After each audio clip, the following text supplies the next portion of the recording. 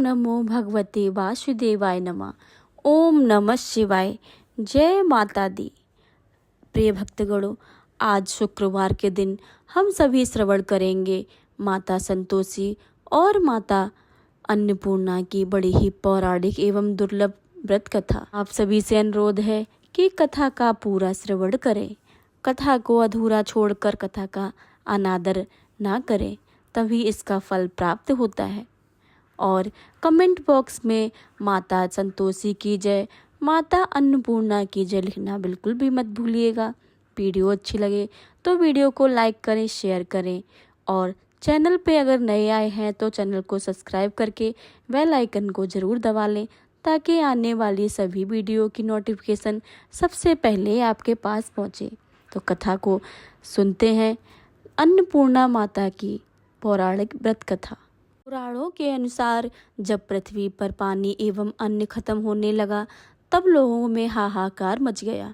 इस त्रासदी के कारण सभी ने ब्रह्मा एवं विष्णु भगवान की आराधना की तथा अपनी समस्या कही। तब दोनों भगवानों ने शिव जी का योग निद्रा में जगाया तथा संपूर्ण समस्या से अवगत कराया। समस्या की गंभीरता को जानकर इनके निवारण के लिए स्वयं शिव ने पृथ्वी का निरीक्षण किया। उस समय माता पार्वती ने अन्नपूर्णा देवी का रूप धारण किया था। इस प्रकार शिव जी ने अन्नपूर्णा देवी से चावल भिक्षा में मांगे तथा उन्हें भूखे पीड़ित लोगों के मध्य वितरित किए। इस प्रकार उस दिन से पृथ्वी पर अन्नपूर्णा जयंती का पर्व मनाया जाता है। इससे मनुष्य में अन्न के प्रति आदर का भाव जागृत होता है तथा वे अन्न का संरक्षण करने के लिए प्रेरित होते हैं। आप सभी सुनेंगे अन्नपूर्णा माता की दूसरी कथा। काशी निवासी धनंजय की पत्नी का नाम सुलक्षणा था। उसे विविध प्रकार के सब सुख प्राप्त थे, परंतु निर्धनता ही एक दुख का कारण था। यह दुख उसको हर समय सताता रहता था। एक दिन सुलक्षणा अपने पति से बोली, स्वामी आप कुछ उद्यम करो तो काम बने। इस प्रकार कब तक काम चलेगा? सुलक्षणा की बात धनंजय के मन में बैठ गई तथा वह उसी दिन से विश्वनाथ शंकर को खुश करने को पूजा में बैठ गया। कहने लगा कि हे देवादिदेव विश्वेश्वर, मुझे पूजा पाठ कुछ नहीं आता है, लेकिन आपके भरोसे में बैठा हूँ। इतनी कृपा कर दो। 2-3 दिन तक भूखा प्यासा बैठा रहा। यह देखकर भगवान शंकर ने उसके कानों में अन्नपूर्णा अन्नपूर्णा अन्नपूर्णा इस प्रकार 3 बार कहा। यह कौन है? क्या कह गए हैं? यह सोच में धनंजय पड़ गया तथा मंदिर से आते हुए ब्राह्मणों को देखकर पूछने लगा, पंडित जी यह अन्नपूर्णा कौन है? वे बोले, तू अन्न छोड़ बैठा है सो हर समय अन्न की बात सोचती है। जा घर जाकर अन्न ग्रहण कर। धनंजय अपने घर आया तथा पत्नी से सारा वृतांत कहा। वह बोली, हे नाथ चिंता मत करो, स्वयं शंकर जी ने यह मंत्र दिया है, वह स्वयं ही इसका खुलासा करेंगे। आप फिर जाकर उनकी आराधना करो। धनंजय फिर जैसे का तैसा पूजा में बैठ गया। रात्रि में शंकर जी ने आज्ञा दी कि तू पूर्व दिशा में जा, वह उसके योग लगेगा, इसे तथा तू सुखी होगा। महादेव बाबा का कहना मान वह पूर्व दिशा की ओर चल दिया। वहाँ अन्नपूर्णा अन्नपूर्णा कहता जाता तथा रास्ते में फल खाता जाता, झरनों का पानी पीता जाता। इस प्रकार कितने ही दिन चलता गया। वहाँ उसे चांदी सी चमकती वन की शोभा दिखने में आई, सुंदर सरोवर दिखने में आया तथा उसके किनारे कितनी ही अप्सराएं झुंड बनाए बैठी थीं।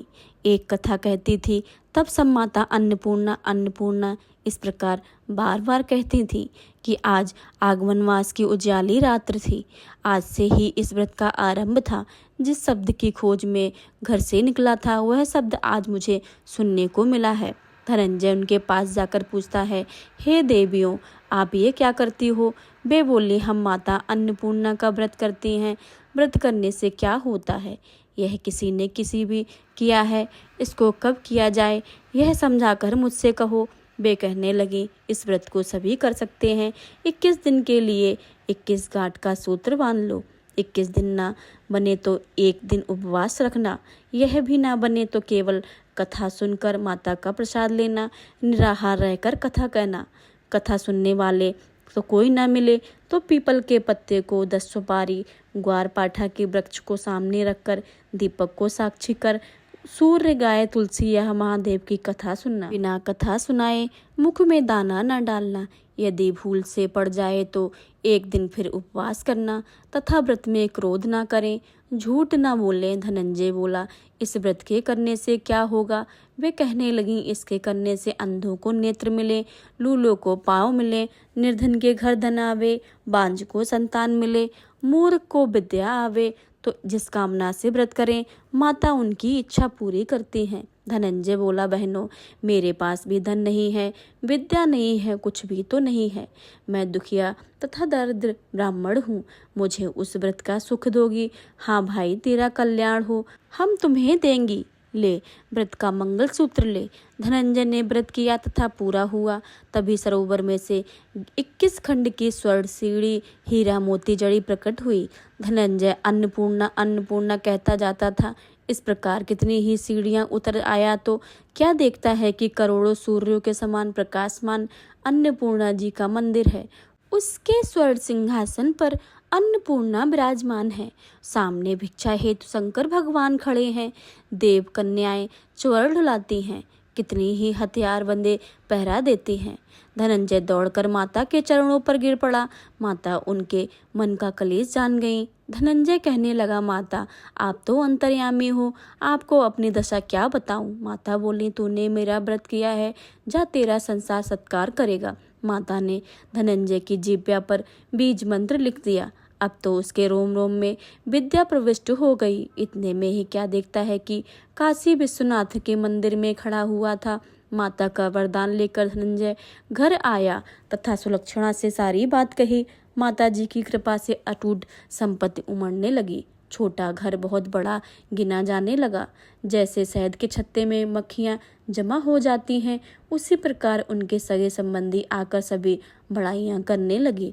इतना धन, इतना धन, इतना सुंदर घर, संतान नहीं तो इसकी कमी कौन भोग करेगा? सुलक्षणा की संतान नहीं है, अतः तुम दूसरा विवाह करो। अनिश्चितता होते हुए भी धनंजय को दूसरा विवाह करना पड़ा। सती सुलक्षणा को सौत का दुख भी उठाना पड़ा। इस प्रकार दिन बीतते गए।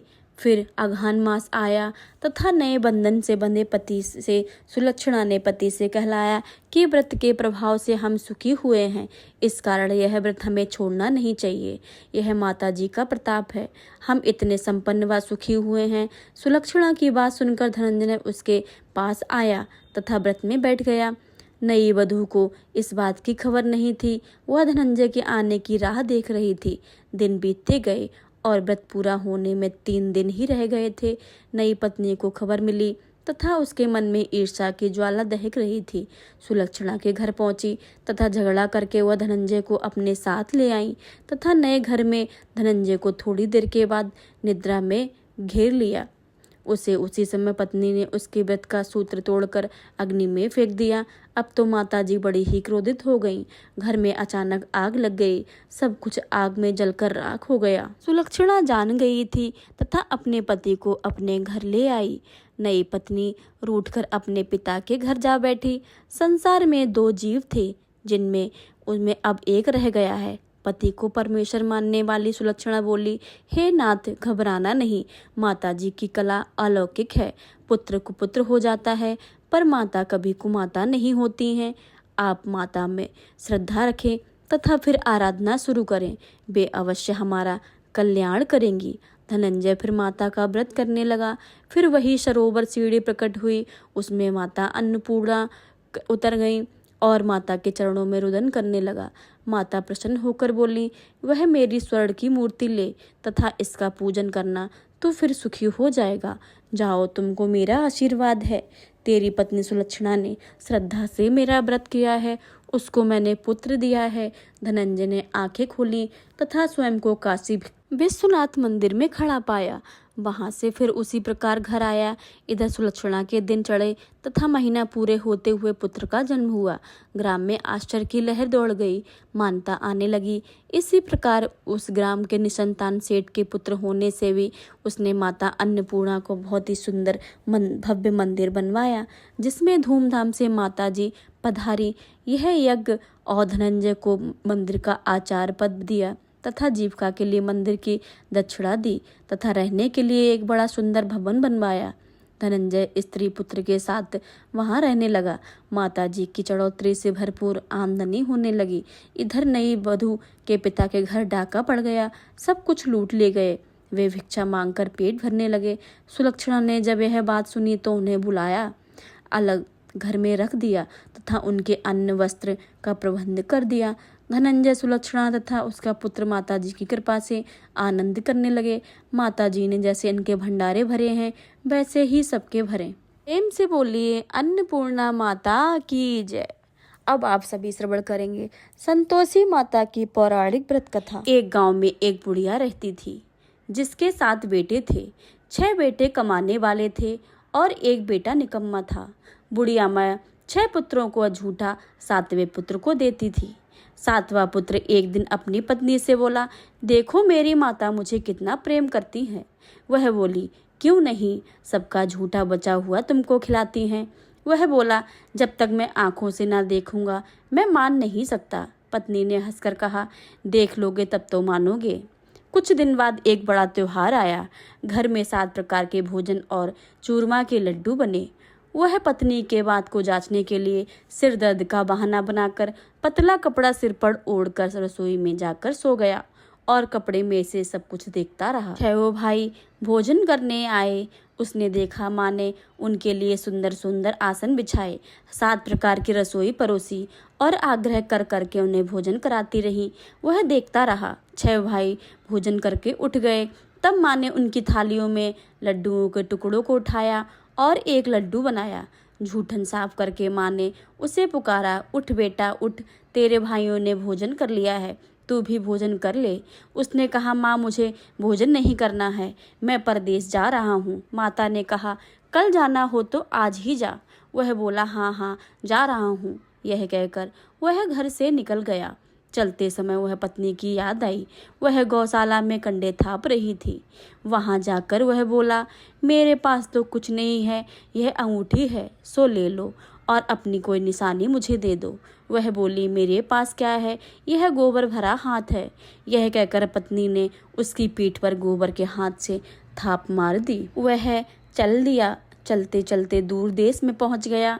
वहां एक साहूकार की दुकान थी। वहां जाकर बोला, सेठ जी मुझे नौकरी पर रख लो। साहूकार को नौकर की सख्त जरूरत थी। साहूकार ने कहा, काम देखकर तनख्वाह मिलेगी। उसने कहा, सेठ जी जैसा आप ठीक समझे। उसे साहूकार ने वहां नौकरी पर मिल गई।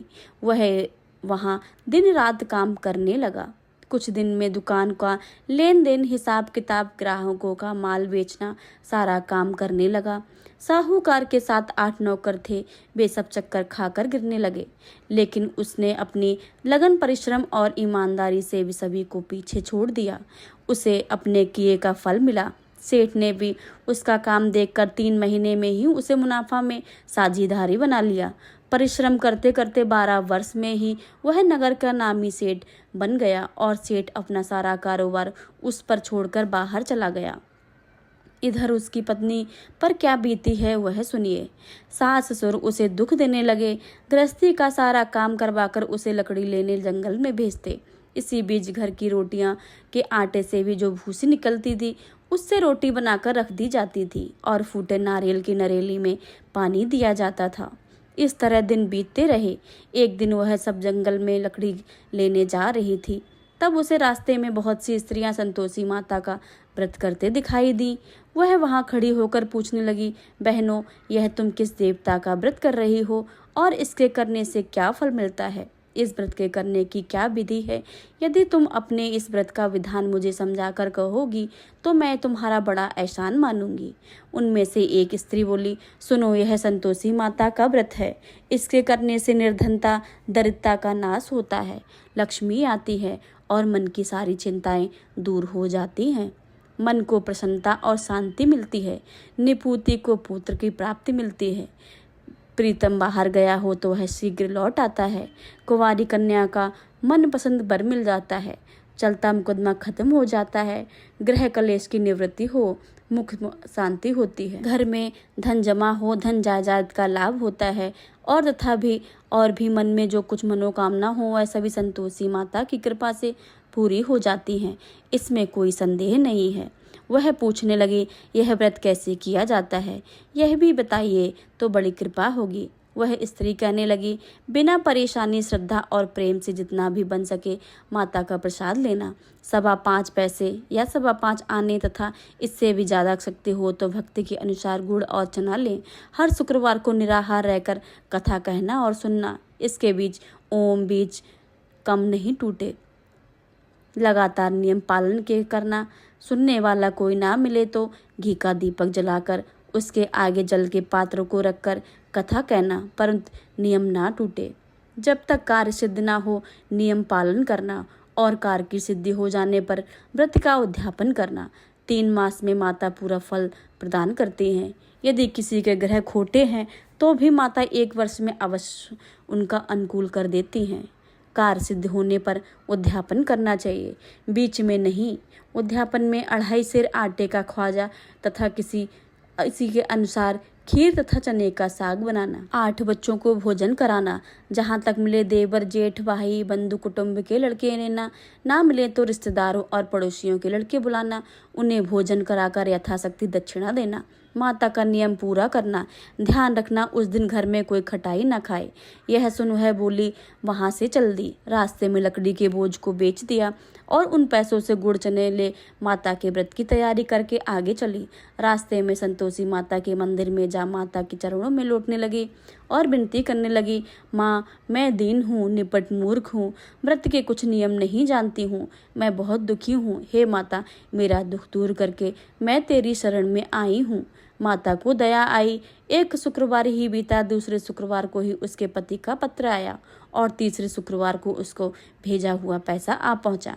यह देखकर जेठानी मुंह सिकोड़ने लगी, इतने दिनों के बाद इतना पैसा आया है, इसमें क्या बड़ाई है। लड़के ताने देने लगे, काकी के पास अब तो पत्र आने लगा है, रुपया आने लगा है, अब तो काकी की खातिरदारी बढ़ेगी, तो काकी को बुलाने से भी नहीं बोलेंगी। बेचारी सरलता से कहती, भैया पत्र आया है, रुपया आए हैं तो हम सबके लिए अच्छा है। ऐसा कहकर आंखों में आंसू भरकर संतोषी माता के मंदिर में जा पहुंची। मातेश्वरी के चरणों में गिरकर रोने लगी। माँ ने, मैंने तुमसे पैसा नहीं मांगा है, मुझे पैसे से क्या काम है, मुझे तो अपने सुहाग से काम है, मैं तो अपने स्वामी के दर्शन और सेवा मांगती हूँ। तब माता ने प्रसन्न होकर कहा, जा बेटी, तेरा स्वामी जल्दी ही आएगा। यह सुनकर खुशी से बावली हो वह घर आकर काम करने लगी। संतोषी माँ विचार करने लगी, इस भोली पुत्री से मैंने कह तो दिया है कि तेरा पति शीघ्र आएगा, पर आएगा कहाँ से, वह तो इसे स्वप्न में भी याद नहीं करता है। उसकी याद दिलाने तो मुझे ही जाना पड़ेगा। संतोषी माता ने उस बुढ़िया के बेटे को स्वप्न में समझाया, पुत्र तेरी घरवाली कष्ट उठा रही है। वह बोला, हाँ माता, यह तो मुझे मालूम है, परंतु क्या करूं, कहाँ जाऊं, कैसे जाऊं। परदेश की बात है, लेन देन का सारा हिसाब किताब है, कोई जाने का रास्ता नजर नहीं आता है। आप ही कोई राह दिखाएं कि मैं कैसे जाऊं। माँ कहने लगी, सवेरे नहा धोकर संतोषी माता का नाम लेकर घी का दीपक जलाकर दंडवत कर और दुकान पर जा बैठना। देखते देखते तेरा लेन देन चुक जाएगा, जमा माल बिक जाएगा, सांझ होते होते धन का ढेर लग जाएगा। वह अगले दिन सुबह बहुत जल्दी उठा। उसने अपने मित्रों बांधवों परिचितों से स्वप्न में माता द्वारा कही हुई बातों कही सुनाई। वे सब उसकी बात सुनकर उसकी खिल्ली उड़ाने लगे। वे कहने लगे कि कभी सपने की बात सच होती है क्या। एक बूढ़ा व्यक्ति बहुत समझदार था, वह बोला, देखो भाई, मेरी बात मानो, इस तरह साँच या झूठ कहने के बदले देवता ने क्या जैसा कहा है वैसा ही करना, तेरा क्या जाता है। बूढ़े की बात मानकर नहा धोकर उसने संतोषी माता को प्रणाम किया। फिर घी का दीपक जलाकर दुकान पर जाकर बैठा। शाम तक धन का ढेर लग गया और हैरान हुआ जब मन में संतोषी माता का नाम ले प्रसन्न होकर घर जाने के वास्ते गहना कपड़ा व सामान खरीदने लगा। जब काम से निपट घर को रवाना हुआ, उधर उसको पत्नी जंगल में लकड़ी लेने गई। लौटते वक्त थक जाने के कारण संतोषी माता के मंदिर पर विश्राम करने बैठ गई। यह तो उसका रोज का रुकने का स्थान था। धूल उड़ती दिखाई दी। उसने पूछा, माता, हे माता, यह धूल कैसे उड़ रही है। माँ ने कहा, हे पुत्री, तेरा पति आ रहा है, अब तू ऐसा कर, लकड़ियों के 3 बोझ बना ले, एक नदी के किनारे रख, दूसरा मेरे मंदिर पर और तीसरा अपने सिर पर रखकर तेरे पति को लकड़ी का गट्ठा देखकर मोह पैदा होगा और वहाँ यहाँ रुकेगा, नाश्ता पानी बनाकर खा, माँ से मिलने जाएगा। तू लकड़ी का बोझ उठाकर जाना और बीच चौक में गड्ढा डालकर 3 आवाज लगाना, लो सासू जी लकड़ियों का गट्ठा ले लो, भूसी की रोटी दे दो, नारियल के खोपरे में पानी दे दो, आज कौन मेहमान आया है। संतोषी माँ की बात सुनकर वह बहुत प्रसन्न हुई और माँ से कहा, अच्छा मैं जा रही हूँ। एक नदी के तट पर दूसरा माता के मंदिर पर रखा। इतने में ही मुसाफिर वहां आ पहुंचा। सूखी लकड़ी देखकर उसको इच्छा हुई कि वह यहीं विश्राम कर ले और भोजन बनाकर खा पी कर चले। इस प्रकार भोजन करके विश्राम करके वह अपने गांव में आ गया। उसी समय बहू सिर पर लकड़ी का गट्ठा लेकर आई थी। उसने गट्ठे को आंगन में डाल दिया, जोर से 3 आवाजें लगा दी, लो सासू जी लकड़ी का गट्ठा ले लो, भूसी की रोटी दे दो, नारियल के खोपरे में पानी दे दो, आज कौन मेहमान आया है। यह बात सुनकर सासू ने अपने दिए हुए कष्टों को भुलाने के लिए बहू से कहा, तू ऐसा क्यों कहती है, तेरा मालिक ही तो आया है, बैठ मीठा भात खाकर कपड़े गहने पहन। पत्नी की आवाज सुनकर उसका स्वामी बाहर आया। उसके हाथ में अपनी अंगूठी देखकर व्याकुल हो गया। उसने माँ से पूछा, माँ यह कौन है। माँ बोली, तेरी पत्नी है। आज 12 वर्ष हो गए हैं जब से तू गया है, तब से सारे गांव में जानवर की तरह भटकती फिरती है, काम काज कुछ नहीं करती है, 4 समय आकर भोजन खाती, अब तुझे देखकर भूसे की रोटी मांग रही है। वह बोला, माँ मैंने इसे भी देखा है और तुम्हें भी देखा है, मुझे दूसरे की घर की चाबी दे दो, मैं उसमें वहीं रहूँगा। ठीक है बेटा, जैसी तेरी मर्जी है, कहकर माँ ने चाबी का गुच्छा बेटे के सामने रख दिया। उसने दूसरे घर को खोलकर सारा सामान जमाया। एक ही दिन में वहाँ राजा की महल जैसा ठाट बाट बना गया। अब क्या था, वह सुख भोगने लगे। अगले शुक्रवार उसके पति से कहा, मुझे संतोषी माता का उद्यापन करना है। पति बोला, बहुत अच्छा है, खुशी से कर लो। वह उद्यापन की तैयारी करने लगी। जेठ के लड़कों को भोजन के लिए कहने गई। उन्होंने मंजूर कर लिया, परंतु पीछे से जेठानी ने अपने बच्चे को सिखलाया, देखो रे, भोजन के समय सब लोग खटाई मांगना, जैसा जिसमें उद्यापन पूरा ना हो। लड़के भोजन करने आए, खीर पेट भरकर खाई, परंतु बाद में याद आते ही कहने लगे, हमें खटाई खाने का मन कर रहा है, खीर नहीं खाना है, हमें भात नहीं खाना है, देखकर अरुचि होती है। लड़के उठ खड़े हुए, बोले, पैसा लाओ। बोली बहू कुछ नहीं जानती थी, उसने पैसे दे दिए। लड़कों ने बाजार जाकर उन पैसों से इमली खरीदी और खाई। यह देखकर बहू पर माताजी ने कोप किया। राजा के दूध उसके पति को पकड़कर ले गए। अब सब मालूम हो जाएगा जब जेल की रोटी खाएगा। बहू से यह वचन सहन नहीं हुए। वह संतोषी माता के मंदिर में गई और कहने लगी, हे माता रानी, तुमने यह क्या किया है, हंसाकर क्यों रुलाने लगी हो। माता बोली, पुत्री तूने मेरा व्रत भंग किया है, इतनी जल्दी सब बातें भुला दी। वह बोली, माता भूली नहीं हूँ, ना कुछ अपराध किया है, मुझे तो लड़कों ने भूल डाल दिया है, मुझे क्षमा करो। माँ बोली, ऐसी भूल भी कहीं होती है। यह बोली, अब भूल कभी नहीं होगी। अब आप बताइए कि मेरा पति कैसे आएगा। माँ बोली, पुत्री जा, तेरा पति तुझे रास्ते में ही आता मिलेगा। वह मंदिर से निकलकर बाहर आई तो रास्ते में उसे अपने पति को आता हुआ देखा। उसने पूछा, कहाँ गए थे। वह बोला, इतना धन जो कमाया है उसका कर राजा ने मांगा था, वह भरने गया था। वह प्रसन्न होकर बोली, भला हुआ, अब घर चलो। फिर अगला शुक्रवार आया। वह बोली, मुझे माता का उद्यापन करना है। पति ने कहा, ठीक है करो। वह फिर जेठ के लड़कों से भोजन करने को कह गई। जेठानी ने लड़कों को सिखा दिया कि तुम पहले के जैसे ही खटाई मांगना। लड़के भोजन करने लेकर आए बैठे, लेकिन भोजन करने से पहले ही कहने लगे, हमें खीर पूरी नहीं भाती है, जी बिगड़ता है, कुछ खटाई खाने को दे दो। वह बोली, खटाई खाने को नहीं मिलेगी, खाना है तो खाओ। उनके उठकर चले जाने पर उसने ब्राह्मणों के लड़के को बुलाकर भोजन करवाया। दक्षिणा की जगह उन्हें एक एक फल दिया। इससे माता संतोषी प्रसन्न हो गई। माता की कृपा से 9 महीने बाद उसे चंद्रमा के समान एक सुंदर पुत्र पैदा हुआ। पुत्र को लेकर वह प्रतिदिन संतोषी माता के मंदिर में जाने लगी। माँ ने सोचा कि यह रोज आती है, क्यों ना मैं इसके घर चलूं, का आसरा तो देखूं तो सही। यह विचार करके माता ने भयानक रूप बनाया।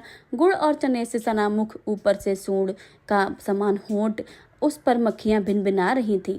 दहलीज में पैर रखते ही उसकी सास चिल्लाई, देखो रे, कोई चुड़ैल डाकनी चली आ रही है, लड़के इसे भगाओ, नहीं तो सबको खा जाएगी। बहू रोशनदान से देख रही थी। वह प्रसन्न होकर उठी। आज मेरी माता मेरे घर आई हैं, यह कहकर दूध पीते बच्चे को गोद से उतार दिया। इस पर उसकी सास को क्रोध से भरकर बोली, अरे इसे देखो कैसी उतावली हुई है, जो बच्चे को पटक दिया है। इतने में माँ के प्रताप से जहाँ देखो वहाँ लड़के ही लड़के नजर आने लगे। यह बोली, माँ जी, मैंने जिनका व्रत करती हूँ वह संतोषी माता ही हैं। इतना कहकर वह झट से घर के सारे किवाड़ खोल दिए। सबने माता के चरणें पकड़ लिए और विनती करके कहने लगे, हे माता, हम मूर्ख हैं, अज्ञानी हैं, तुम्हारे व्रत की विधि हम नहीं जानते हैं। तुम्हारा व्रत भंग करने का हमने बड़ा अपराध किया है। हे माता, हमारे सारे अपराधों को क्षमा करो। इस प्रकार बार बार कहने पर संतोषी माता प्रसन्न हुई। इसके बाद उसकी सास कहने लगी, हे माता संतोषी, आपने बहू को जैसा फल दिया है वैसा सबको देना। जो यह कथा सुने या पढ़े उसके सभी मनोरथ पूर्ण करना। प्रेम से बोलो संतोषी माता की जय। संतोषी माता की जय। आपको यह वीडियो पसंद आए तो वीडियो को लाइक करें, शेयर करें और कमेंट में जय माता संतोषी लिखना बिल्कुल भी मत भूलिएगा। अगर आप मेरे चैनल पर नए आए हैं तो चैनल को सब्सक्राइब करके बेल आइकन को जरूर दबा लें, ताकि आने वाली सभी वीडियो की नोटिफिकेशन सबसे पहले आपके पास पहुंचे। तो मिलते हैं अगली वीडियो में, तब तक के लिए जय श्री राधे कृष्णा। धन्यवाद।